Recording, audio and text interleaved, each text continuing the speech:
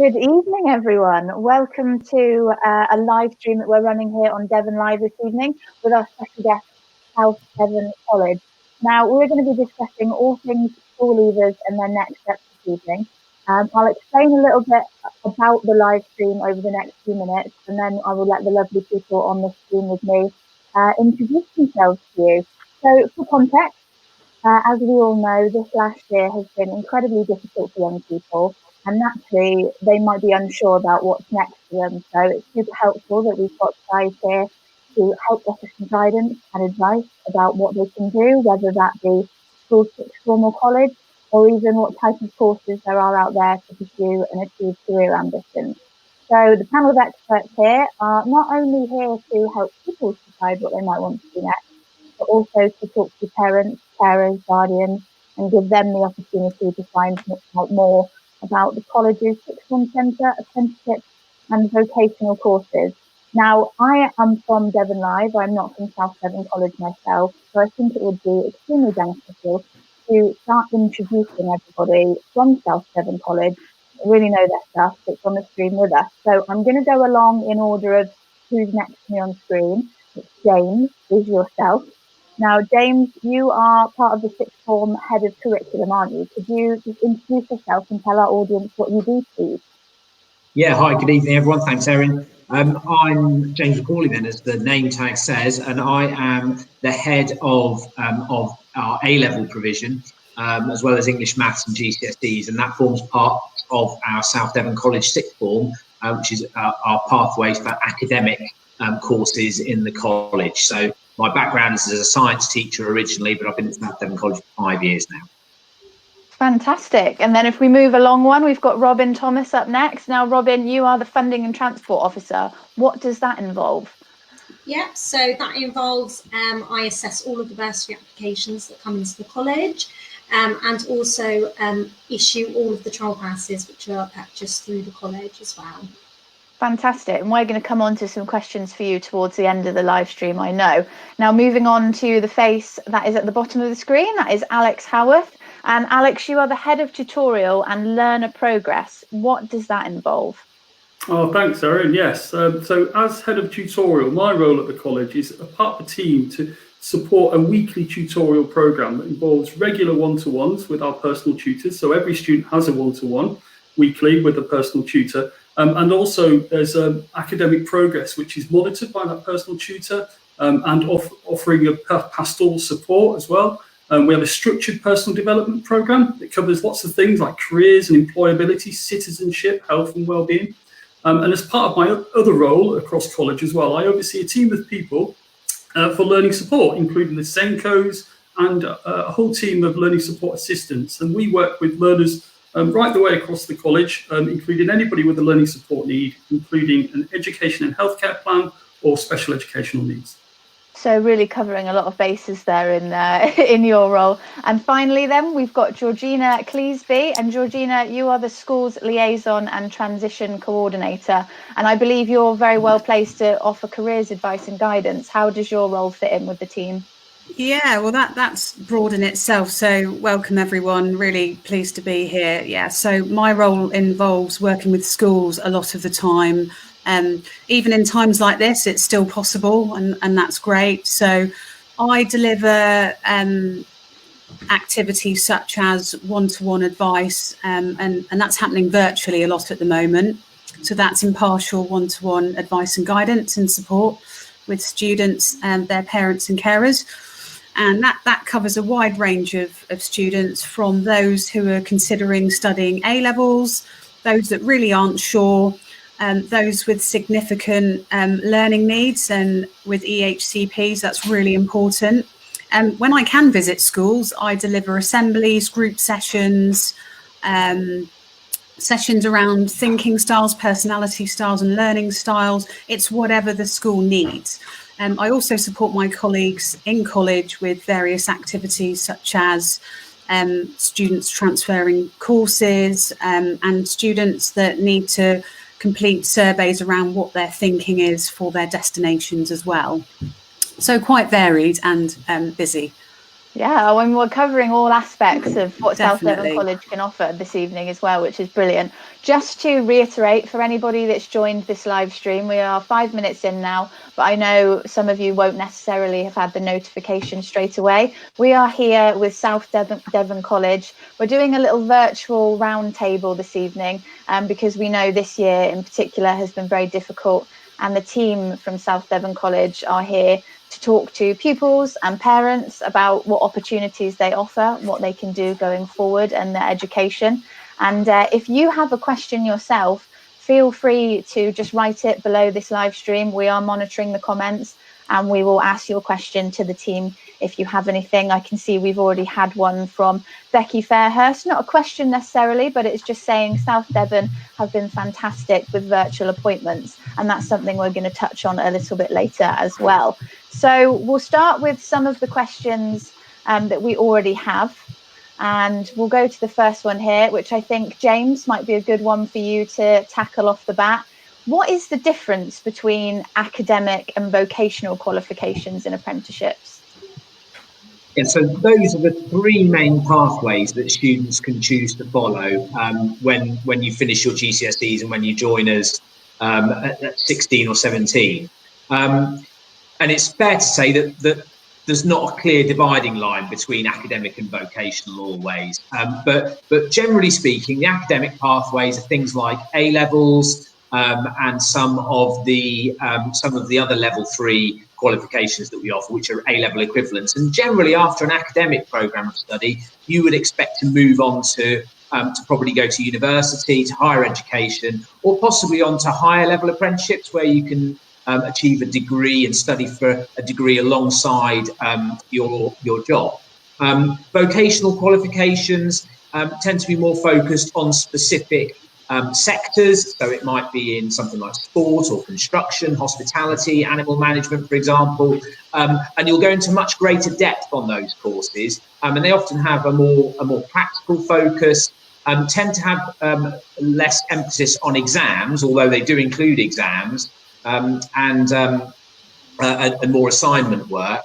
And that's also where the new T levels that we've got, that's where you've sort of a halfway house between academic and vocational. So high academic standards in terms of the content that's being covered, and also in terms of exams, but also the vocational links to the workplace and work experience as well.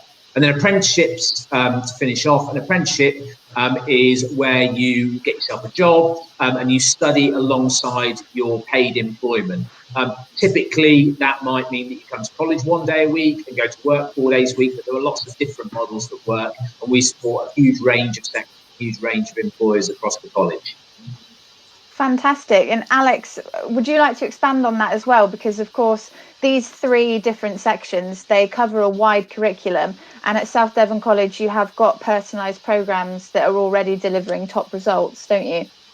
Yeah, we do, absolutely. And that's very true. So just picking up on what James was saying there as well, with apprenticeships. So, for example, we have students that come on to A-levels and then make a decision that they actually then want to progress onto a higher apprenticeship. And some of the best opportunities in the country, with the big engineering firms and the big finance firms like Ernst Young and PricewaterhouseCoopers, etc. They can be accessed via those high level apprenticeship programs. And also we get students that come onto our vocational qualifications, and they develop real competency, skill based qualifications that really develop those skills that they're being asked for within those curriculum areas and by those employers. And then once they've got those, then often opens the door to things like apprenticeships as well. So, what I'm saying is that it's not necessarily a linear or one direction choice. There's many different opportunities and many different possibilities that come from there. And what we're doing with Georgie and the team and colleagues is we're really informing those pathways and really helping parents and young people to make those decisions to come up with the best possible outcomes that they can and what's actually right for them.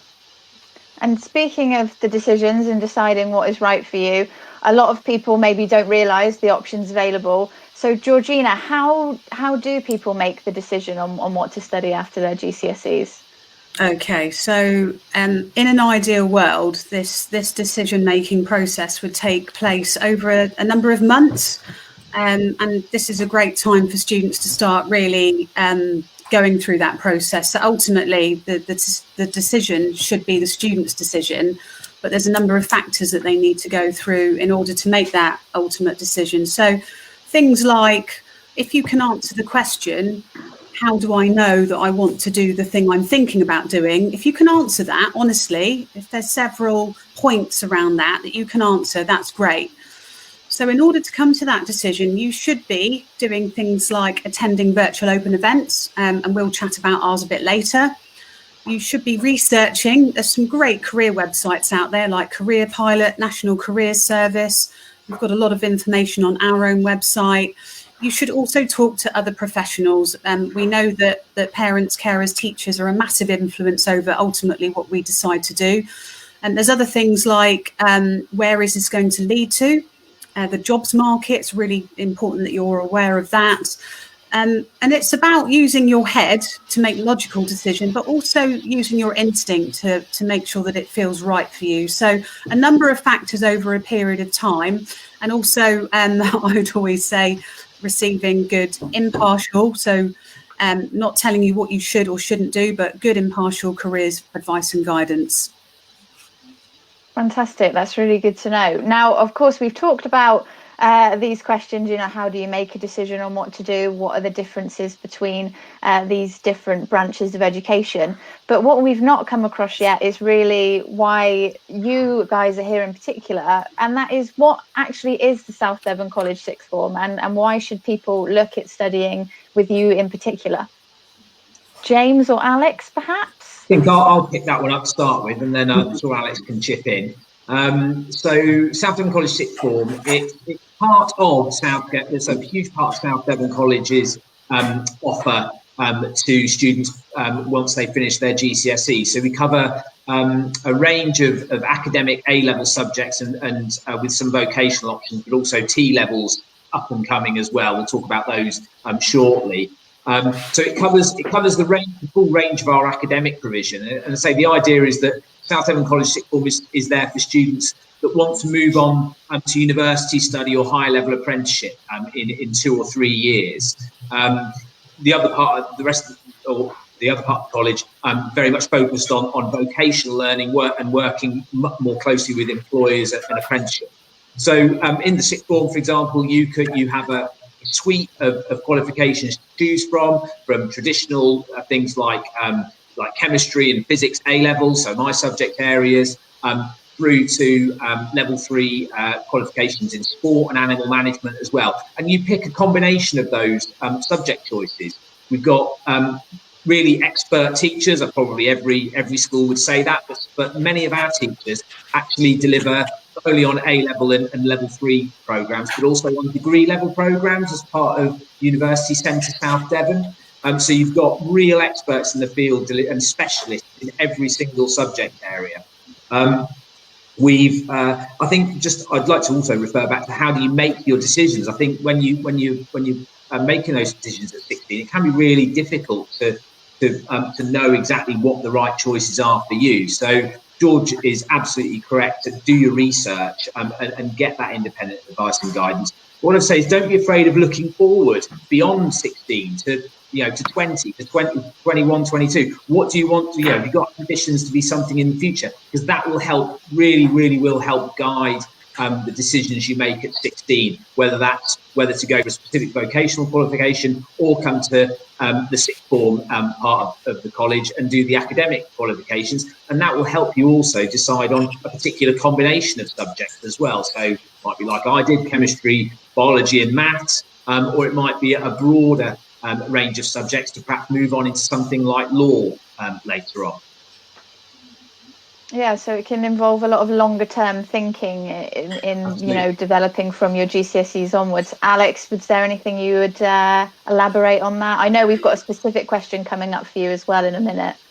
Again, what James was saying there, I think I'm an A-level teacher, so I'm part of that team, and I think what I really value and the students value is the fact that we are single subject specialists. So we're not teaching across a range of different subjects.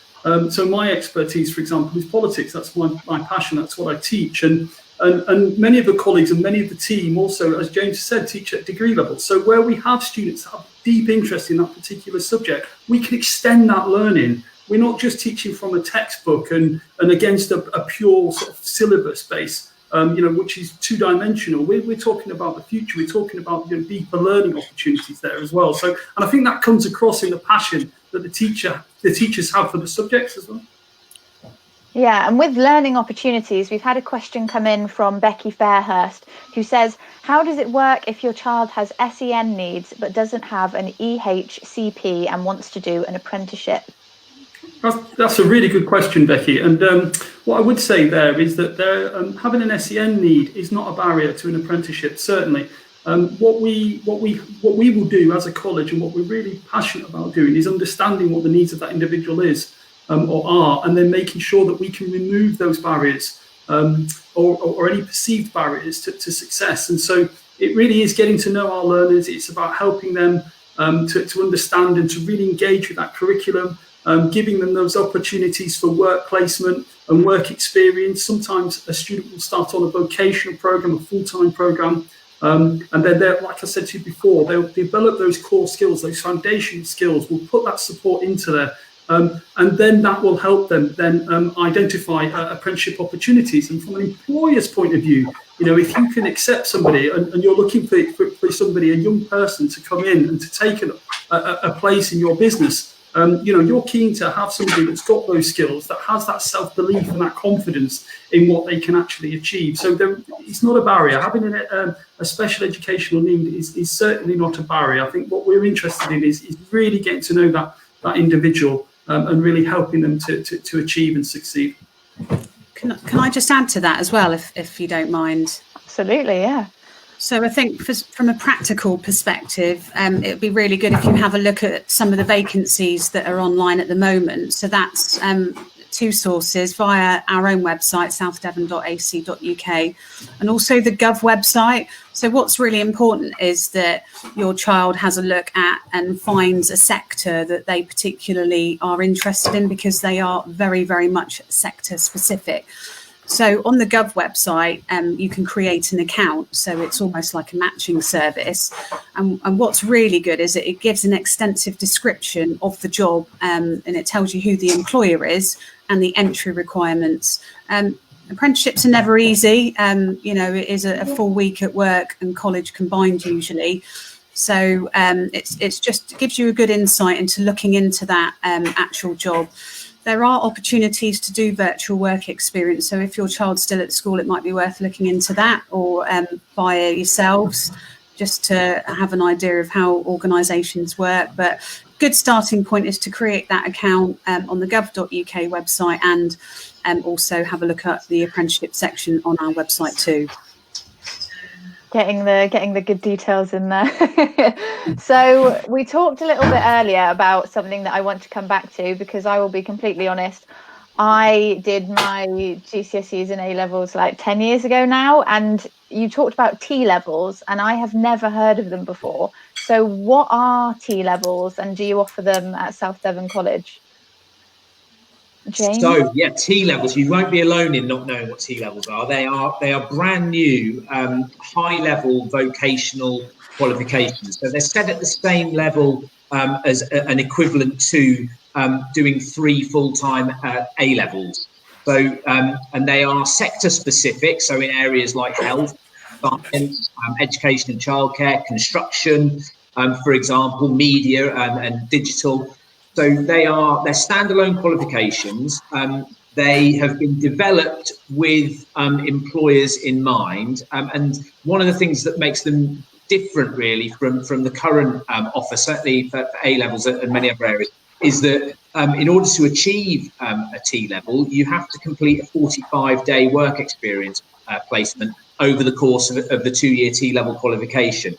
So you have substantial input not only from college, but also from an employer, and also as part of the T-level, you do an employer-led project, which is assessed and graded as part of your final qualification. So they're brand new. Yes, the college will be launching them in September. We will be part of the rollout of those qualifications, and over the next 4 years, the number of sectors with T levels will grow and grow and grow. So next year, as I say, we've got things like health, science, education, childcare, and then some options in construction and a couple of others. But over the years, the provision for T levels will grow, and they'll be a really important option to consider when they join, as I say, and a really great opportunity for those that understand what sector it is they would like to work in the future.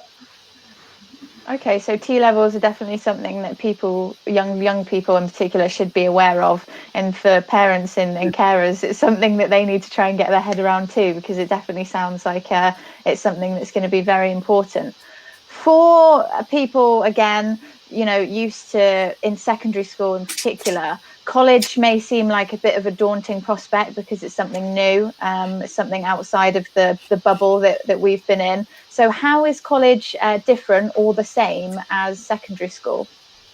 Maybe Alex, do you want to take this one? Yeah, thanks, Erin. Yeah, I think the first thing I'd say is that you're never hopefully going to hear a bell again when you come to South Devon College. That's the first thing, okay? And also, you get treated like an adult. So if you talk to any of our students that have come from school into college, they made that choice, they made that decision, and they are treated like an adult. That is our overwhelming sense of their feedback. There's no uniforms apart from vocational. So if, for example, you want to go and work in the kitchen, you obviously wear chef whites, but outside of that, when you're walking around the college, no uniform. First name only. My name's Alex. I'm not sir, I'm not miss, I'm Alex. So you can talk to me like that. And I think it's really, really important. And our students tell us that they feel liberated at college. They feel more able to express themselves and more free to express themselves as individuals. And that's really important to us. So from the first time that we get to speak to you, we're getting to know you. First time that we meet with you virtually or in person, we're getting to know you. We're talking about opportunities with parents and carers and young people to look at their support needs and understanding what those needs are. And I touched on that earlier. And very quickly, you get to develop really, really strong relationships with us and with our teachers, with our vocational experts. James talked about the teachers that we've got. We've got vocational experts, the people that are teaching you mechanics, you know, have owned garages or they've worked in garages, the people that are teaching you construction, that have been site managers for 20 years. They come back in to teach and to share their passion for that subject and to share their expertise. And that's really important. So the depth of knowledge there and the expertise is something that we're really proud of. And I think that comes across, and that's something that really defines South Devon College. The other thing that makes me really proud to work at South Devon College is that we are a very inclusive learning environment. So we support students with complex learning difficulties, working at entry level, who flourish at South Devon College, right the way through to A-star students who are going to some of the best universities in the world. So we've supported people, James and I have worked together and supported people that go to Oxford, Cambridge, Russell Group universities. So everybody in between has a place, and we celebrate that diversity and that individualism. Just off the top of my head, I was thinking about it, difference between school and college. We've got 8 places to eat in the Paignton campus, 8 places to eat. Each one of those offering a different menu. So we've got the greenhouse menu, for example, which is locally sustainable food sources, no plastic environment with that offer. So all of these different places you can go and eat, and all of them with different menus. Excellent support, I would say that, but that's something that we're passionate about. That's something we pride ourselves on. Because whether or not you want to go to university or it's because you're struggling and you've got difficulties with your mental health, we will support you. We've got over 80 trained staff who are mental health first aid trained. We've got a dedicated team with positive intervention with access to counselling. So that's everybody's got access to that offer. We're one of the first colleges in the country and the first in the Southwest to achieve a professional accreditation from the Carers Federation. So in a couple of weeks' time, I'm fortunate enough been invited by the Children's Society to present at a national conference to share the work that we're doing to support our young adult carers, because they matter to us, all students matter to us. So the final thing that I'd say, what is it about us?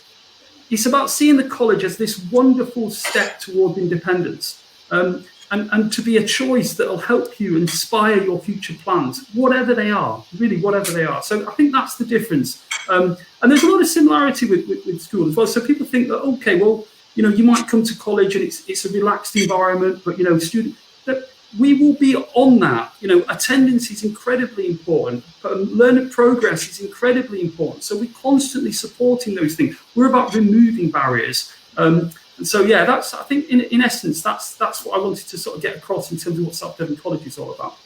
I definitely think you've demystified a lot of, especially my knowledge of college. I can't believe I made a rhyme on a live stream. That's never going to go down well. But I think, you know, it's so interesting, and the fact that you have that many restaurants as well. Like, I can't stop thinking about it. But in a more serious note, you mentioned all of the, you know, things that you have available to people, and they can pursue all these different avenues. We have had one comment come in from Daisy Flower.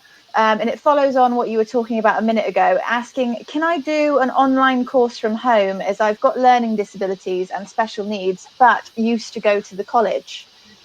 So we've, I think what's been interesting is over the past nearly 12 months, you know, the experiences that we've had within education has given us a different perspective in terms of the way in which we can engage with our learners. So this online offer, which was maybe, you know, 2 years ago, was very different. It was hard to access online learning, but now I think as an organisation, well, I know as an organisation we've embraced that. So we have opportunities for young people. So, for example, we have a directed study centre, and for our directed study centre students, because of their circumstances, what we're doing is we're using these online platforms to actually help and support them.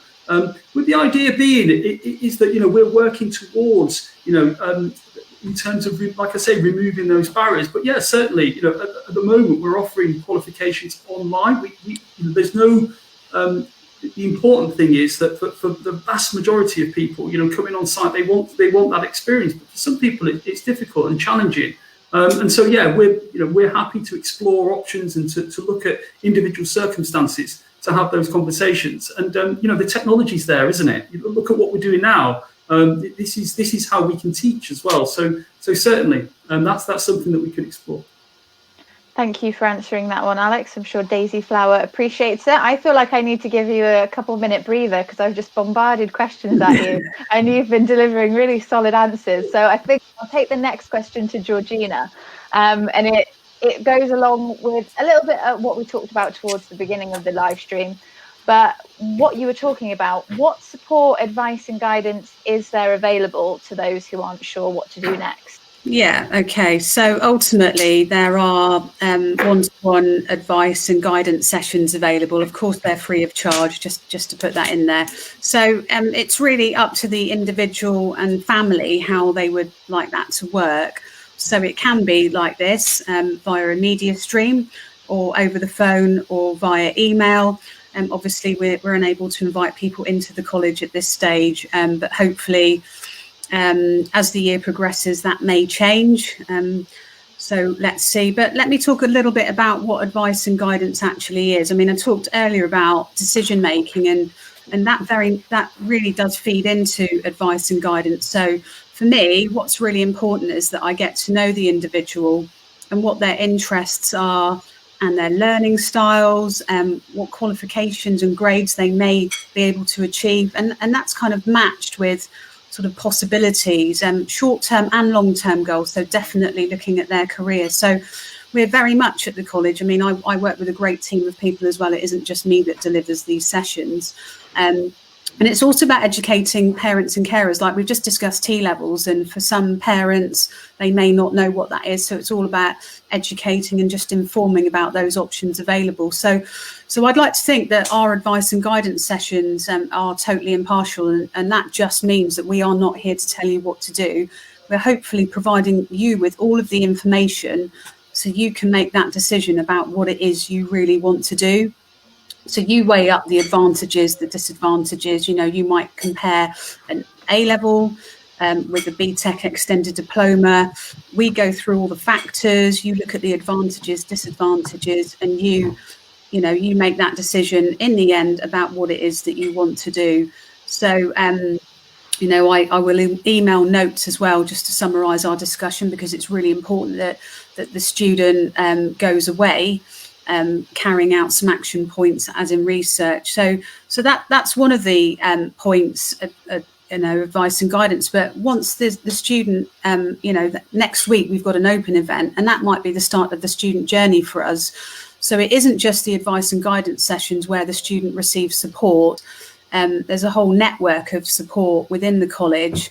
So when the student has an interview, we call them welcome sessions, because they're not a threatening interview.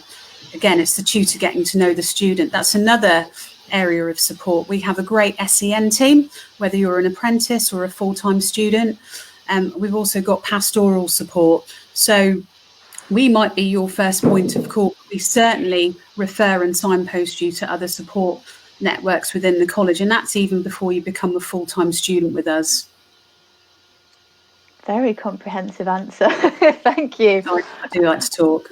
No, I mean, it's what's nice about doing things like this is not only does it give you the opportunity to connect with your audience, but it also shows pupils and parents just how passionate you are about what you guys are doing as well. And I think if people aren't sure about what they want to do next, it's nice to kind of have this little introductory session in advance. So never apologize for talking too much. I do it for a living.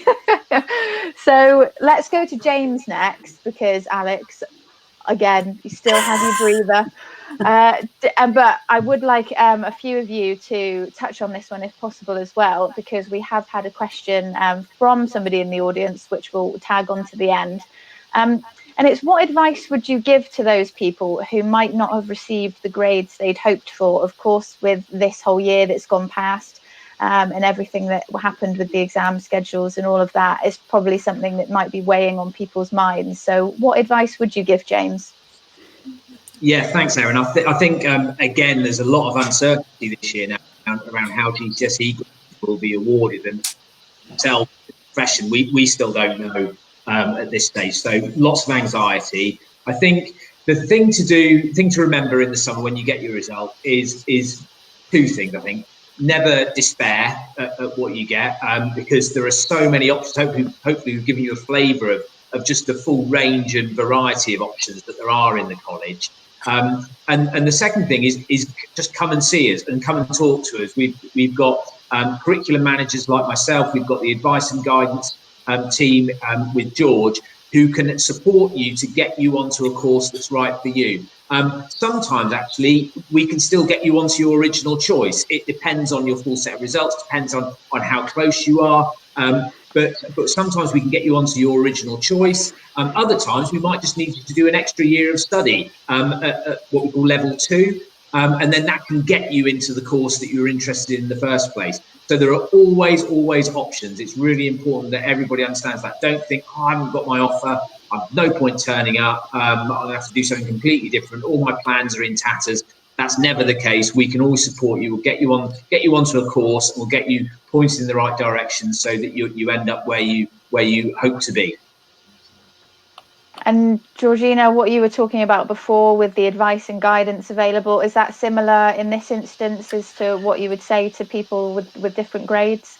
Absolutely. So, I've been a careers guidance practitioner for nearly 20 years, and I've been at the college for nearly 8. So every summer, so we're busy in the summer when results start to come out. So, GCSE results, A-level results, followed by GCSE results, and then students come in to enrol on their course. It's at that point that they bring their results in. So we see a number of students that performed a lot better than they were expecting, and other students that have changed their mind, and some students that didn't do as well as expected. So we are very much there to make sure that they leave having thought about, either given the option to study something else or gone away, signed up for something that they're really, really happy with. So it is a busy period, but I have to say it normally works really well with supporting those students with a curriculum team member. So it isn't just simply a case of sending them off somewhere else. It's very intense discussion with family, curriculum team, and myself or a colleague to make sure that they have got an alternative to go to. And sometimes it's simply a case of, if a student was hoping to do level 3 childcare and they didn't quite get maths and English, they can do level 2 childcare, and it just means they get to retake maths and English alongside the course. So in some cases, it isn't necessarily that they have to do a completely different subject area altogether. It might mean that they just do a more of a kind of foundation year before progressing on. And so I want to flag up this comment that's come in from Anya Allen Jones, which kind of comes hand in hand with what you've just been talking about. It asks, will colleges be making any allowances for course entry requirements for year 11s who can't sit GCSEs this year due to circumstances, e.g. COVID and health reasons, etc.? And I suppose that ties in with what you were both talking about. If you don't get the grades, it's not the end of the world. There are workarounds to carry on and achieve what it is you want to achieve. Isn't that right? Yeah, there are. And I think it's really important that we get the full picture of what perhaps if there were particular challenges that you faced, when you're studying in year 10 and year 11 that really had an impact on what you were able to achieve and what your final results are. Really important to share all the information that you have with us, so we can support you to make the right decision in terms of your future pathway. But there's lots of uncertainty around at the moment, and so. We are absolutely empathetic with learners when they come to see us, with prospective students. We know it's been a really tough couple of years of study, so we definitely want to support everybody that comes into us. We need to make sure we get students onto the right courses so they can be successful. So just share the information with us, and we'll always do our best to get you onto a course that's going to suit you really well. Did you want to add anything to that, Alex? Because I know you're involved in all this area as well. Absolutely. What I'd say to Anya there is that we can have a chat. So we could meet, as well as the course discussions that you can have with the curriculum teams. You can meet with the Senkos. You can sit down and we can talk about some of the experiences that the young person has had this year, what some of those challenges have been, and really explore the support that we can actually put into place and to allow you to become more familiar and more confident in what we can do. And we can start that conversation now. That conversation does not need to wait until September. We've got an open event just around the corner. That is exactly what that's for, to offer you the opportunity to come and talk to me, come and talk to my team, and really understand what we can do. Because as James said there, it's really important actually that we get to know you, and we get to know you soon, we get to know you quickly and early, because that really, as I said, paves the way towards success as well. Fantastic. Now, Robin, you've had an easy ride so far in this live stream, but your time has now come. We've got a couple of questions for you before we wrap up. And as the Funding and Transport Officer, you are, of course, best placed to answer them. So what financial support is available, especially for those that have to travel? Yeah, so we have a bursary available for household incomes below 25,000. That's for 16 to 19-year-olds. Obviously, if you think you're going to be eligible, then you can apply and submit evidence of household income. That can support with things such as travel, course kit. Also, we assess for free college meals as well. And then obviously we then award what needs to be awarded. I just wanted to slide in as well. We do have a bursary available for our over 19s, and the household income threshold for that is household incomes below 35,000. So with adults, we can support with travel as well, possibly childcare, IT support, kit, etc. So there's always support there if needed. All you've got to do is just have a look on our website, or you can email the inquiries team and they can pass it on, obviously, to our team. It's very much based on individual circumstances, so it's always best to ask, and then we can provide what evidence, what information we need. All right. Mm-hmm. Yeah, so it's definitely something for people to look into if they fit within that criteria. And if people aren't eligible for a bursary, what other options are there available for travel support? Yeah, so we do have our heavily discounted SDC Stagecoach bus pass, and we've got that in the Day Rider and the Explorer, which you can purchase directly from us. And we also have ferry passes that can be purchased from us, and our private Kingsbridge coach pass. Those can all be set up to be paid by direct debit and split over monthly instalments, or they can be purchased on the online shop termly or annually. So there's always different options available. And then, of course, like you said before, if anybody has any questions, they can just get in touch and find that out, which is important. And if people do want to get in touch, we have had the little banner flying along the bottom of the screen for this whole live stream. And in particular, the banner along the bottom has been focusing on the virtual open evening that you guys are doing. I will go into it in a little bit of detail before we wrap up, so everybody gets the message. But how would you describe this virtual open event to prospective visitors to it? I would say it's really informative, and people, can just log on, speak to different departments if needed, any questions. I actually think it's better as a virtual event because you can jump to and from rooms rather than having to actually walk around and probably get lost on our site.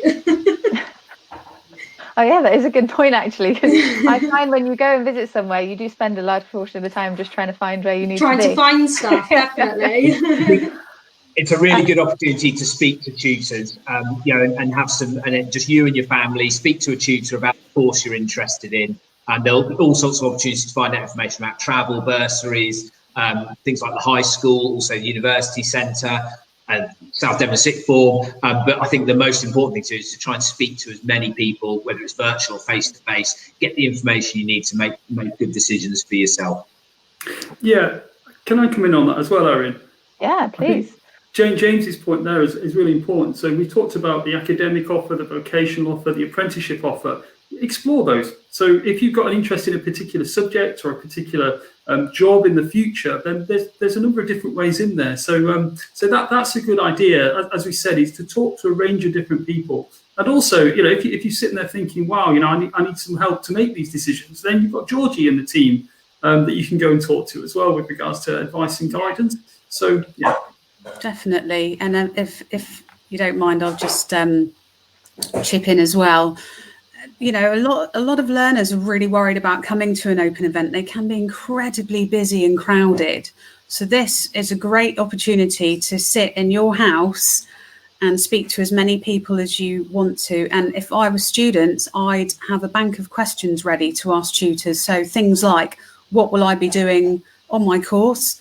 What do students tend to go on and do afterwards? So you ask them a load of questions and speak to as many different departments as you want to. And I can guarantee that you'll get some value from that, definitely. And myself and my team, my colleagues rather, will be here ready to speak to you as well. That is really good advice actually, and worth people bearing in mind if they want to join the virtual open evening. And if you do want to, this is what you need to know. So the virtual open evening will be happening on the 20th of January, so that's next week. It's going to be running from 4 till 7 p.m.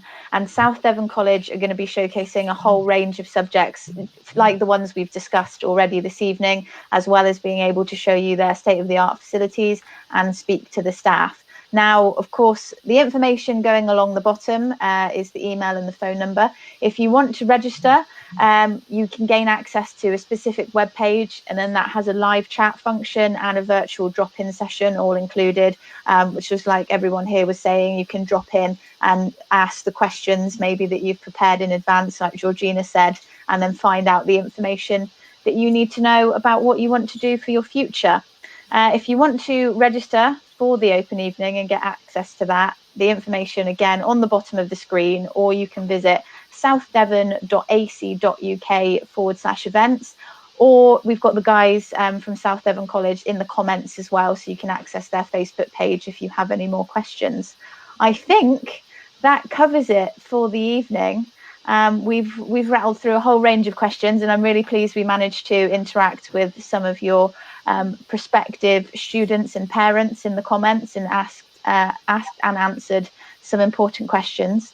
So unless anyone else would like to jump in with a last minute thing, I think we'll just say thank you very much for joining us on Devon Live this evening. It's been a pleasure to talk to you. It's been fantastic to learn more about South Devon College. And for those of you watching, all the information, as we said before, is below, and just hit up South Devon College if you have any more questions. And like you've seen from this evening, they will be more than capable of answering them for you. Thank you very much, James, Robin, Alex, and Georgina. Have a lovely rest of your evening. Bye. Thanks, everyone.